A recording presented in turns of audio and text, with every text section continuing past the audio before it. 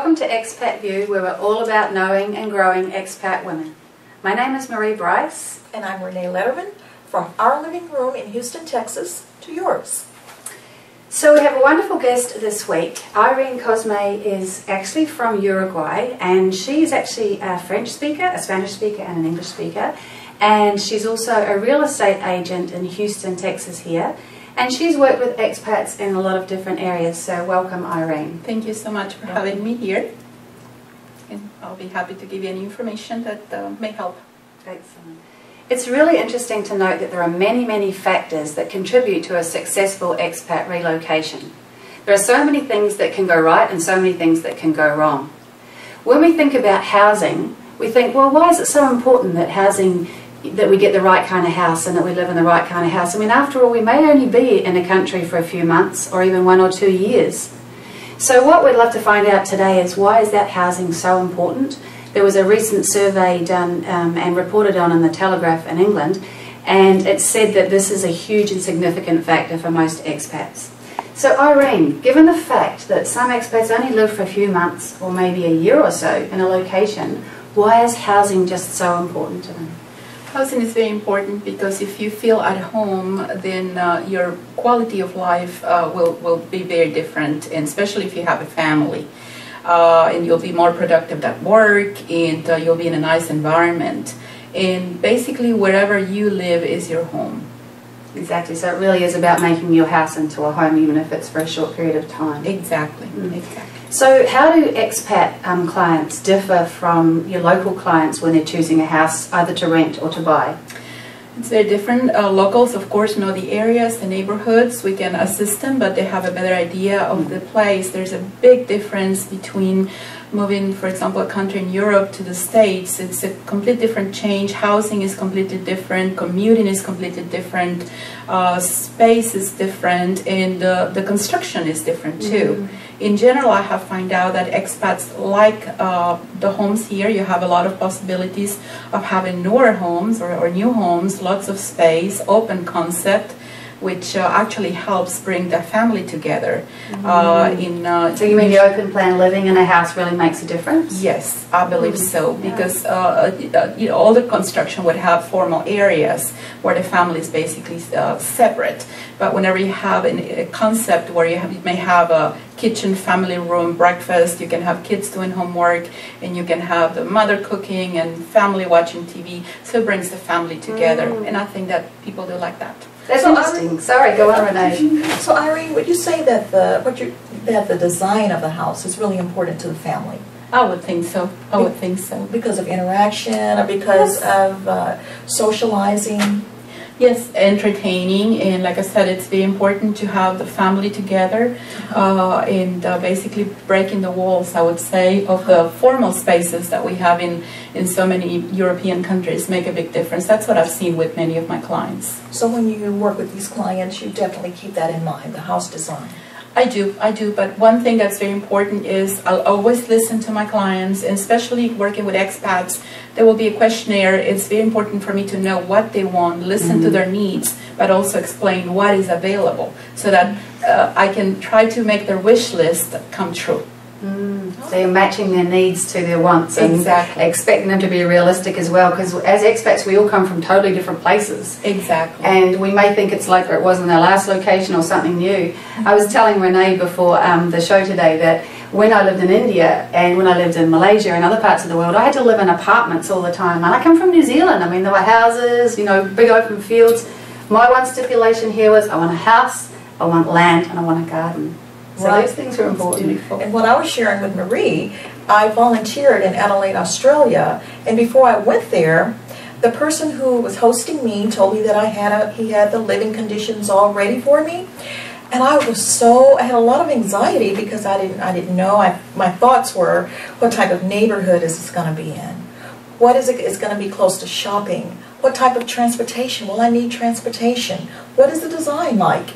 All of these questions were very, I was interested in that, and had a lot of fear, to be honest about it. Had a lot of fear about it, but I really had to relax and just be patient with myself, and to trust that my host person was going to look out for me.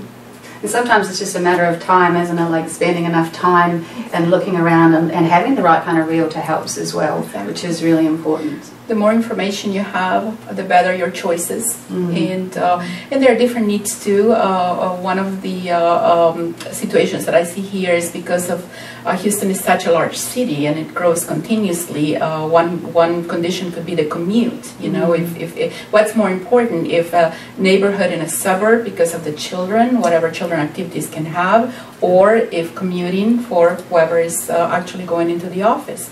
So we try to combine everything. Like I said, I usually ask questions, try to listen, pay attention, and put it together with what's available.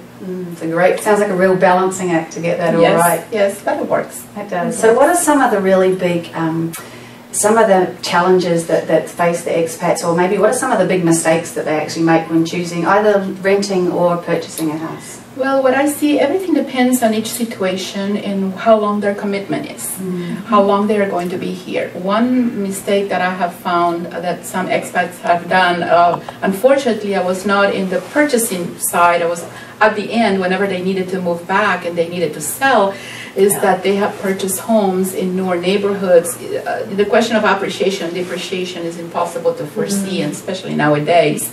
So what happens is if you buy, and this applies to anyone, if you buy a home in a subdivision that's fairly new, we have so much new construction here, as long as there is new construction, if you try to sell, you're going to be competing with the builder. The builder is going to have incentives. People would probably prefer a new home with their colors, their choices, rather than buying a home that's already been, it's a resale. So then what has happened is whenever expats have bought homes in that situation, if they need to move within a short period of time, they have been at a loss, and that is a problem. So it is important to know what type of contract they have, commitment, what are they willing to do, what their circumstances are, to be able to do the best possible job to put them in the right home. So it sounds like it's about timing and just finding that right home, but maybe not necessarily a newer home, or something in a more established area that's going to have a better appeal to the market or the audience. According to their needs. Each situation is very individual. Very individual. I like the way you talked about the needs, asking them the wish list. I think you said you referred to it as a wish list. I think that's really awesome. That's a good way to make certain that the needs are that you help to match their needs, whatever that might be. You know what really concerns me, or what I'm curious about, the social media in today's time. That's a huge thing. What do you think about trying to purchase a home over the internet? Okay, I have to say, and I don't have the latest statistics right now, but about almost 90% of home buyers nowadays in general start their search on the internet to buy a home. And most of them start even 18 to 24 months before. It takes a long time. Many of them just like to look and see what's available until they find what they like. I think it's a very good idea. The tools that we have now are just incredible to be able to see a home. But I also tell my clients, one thing is to see homes on internet. Another thing is what I call the touch and the smell and the feel. When you I totally get that. So what I do, even with my local clients, it is a great idea to start with the internet. I can set them up on a search, and I usually do that with clients overseas also. And then what they do is by telling me what they like, they can email me directly. I kind of know what they like and what they don't like, and I get an idea, and it's much easier. And those homes may not be available whenever they come here, but at least we get an idea. So what I have done with some of my clients is we start with what we call a long list. They look and they tell me and they send me and we talk, and we like to communicate a lot, and then we make a short list. So whenever they come, I dedicate a space of time for them where we can go and look and see, and from there we know. In fact, some of them will even videotape or take special pictures to send to their spouses or take to their spouses, and then that way we get to find the right home for them. So you say you've got to see it. You absolutely You have to see it. You have to see it, but it is a great start. Imagine so many years ago, you did not have all those tools, and that's important for us too. And what's nice is I'm working with clients that are so far away, and we are all on the same page, looking at the same information. So I think it's fantastic, but I would personally would never buy a home just by looking at it on internet, but that is a good tool, and that is a good start, and it's just works fantastic. Well, Irene, do they listen to you? They usually do. They usually do. What I do is I am very opinionated, and when I am representing a client, you know, I handle each transaction like if it is my own. In fact, some of my clients have told me, because they take more risk than I do, and they said, Irene, it's not your house, it's going to be ours. I said, I understand. You're going to live in the house, but I'm also going to look at the home in the sense of a business. It's an investment. So I'm always going to guide you in the best way that I can, but ultimately it's your choice, because that's where you're going to live. So usually they do listen, and I offer my advice. In fact, what I do is I create relationships for life. Okay. My transaction does not end at closing. I continue a relationship with my clients, where even sometimes for generations or for many transactions, I'm in touch with them. They call me even to check on me. They call me with any questions, and I'm always available for everything, not just for real estate. That makes a big difference, I think, to expats going to other countries, where, you know, you don't just want someone for the business side. You actually need someone's advice. You need somebody's, you know, personal aspects of it. So how would you suggest an expat would choose a realtor? On what basis, what criteria do they choose a really good realtor? My idea would be to try to find someone that you can trust 100%, someone that will give you all the facts, all the information, will not hold back, will be representing the best interest of the client. In my case, I prepare a comparative market analysis, which is going to give the buyer the tools of you know, what type of offer to make, do a really good negotiation, follow up, customer service, stay in touch with them, follow up. I work 24/7 to serve my clients. Whenever they need me, I am there, because that's the type of business I'm in.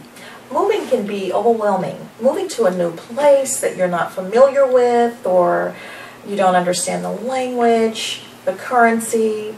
So I hope that the tips that Irene has given us today will help us to not make huge mistakes when purchasing a home.